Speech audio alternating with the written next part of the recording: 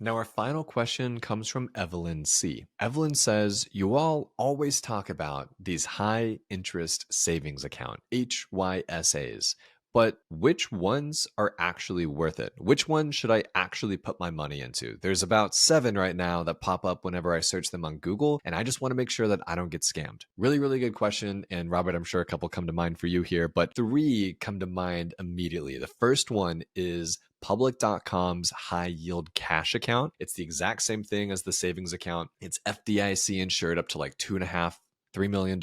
So don't worry about any of that. And they pay 5.1% APY on your savings. That is better than my second choice, which would be the Wealthfront high yield cash account that pays 4.5% on your savings. And my third choice, while it's not exactly a high yield savings account, it's kind of an alternative to cash, which is CSHI, the ETF that we talk about with NEOS. Their ETF yields just over 6.5%, although it is an investment. So you will have to pay capital gains on that, which is a little bit different than these other high yield savings accounts. So whatever you're really looking for there, just know that that is the opportunity as well. Oh, and then Robert, maybe you want to talk about T-bills. Yeah, I was definitely going to touch right there that we're going to throw a little curveball here that T-bills, again at public.com, there's a link in our show notes, are an incredible strategy for being able to get a nice yield like a high yield savings account without having the risk of the stock market and greater markets. So we love public.com for these T-bills. And right now they're earning 5.4 or 5.5%. And one of the key differences between a T-bill,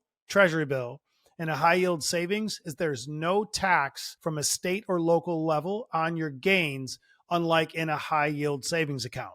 But my 2 takeaways and accounts that I like for high yield savings are CIT Bank, CIT, and UFB Direct. I've had really good luck with those. I like the platforms a lot. So if you're going to stick with those, that would be our takeaways. But I really love T-bills as a mix in there as well. Really good question, Evelyn. Just make sure that whatever you choose, you see the word FDIC, or the acronym rather, FDIC insured up on the screen somewhere, somehow, some way. As long as you see that, you should be fine up to at least $250,000, I believe is what it is.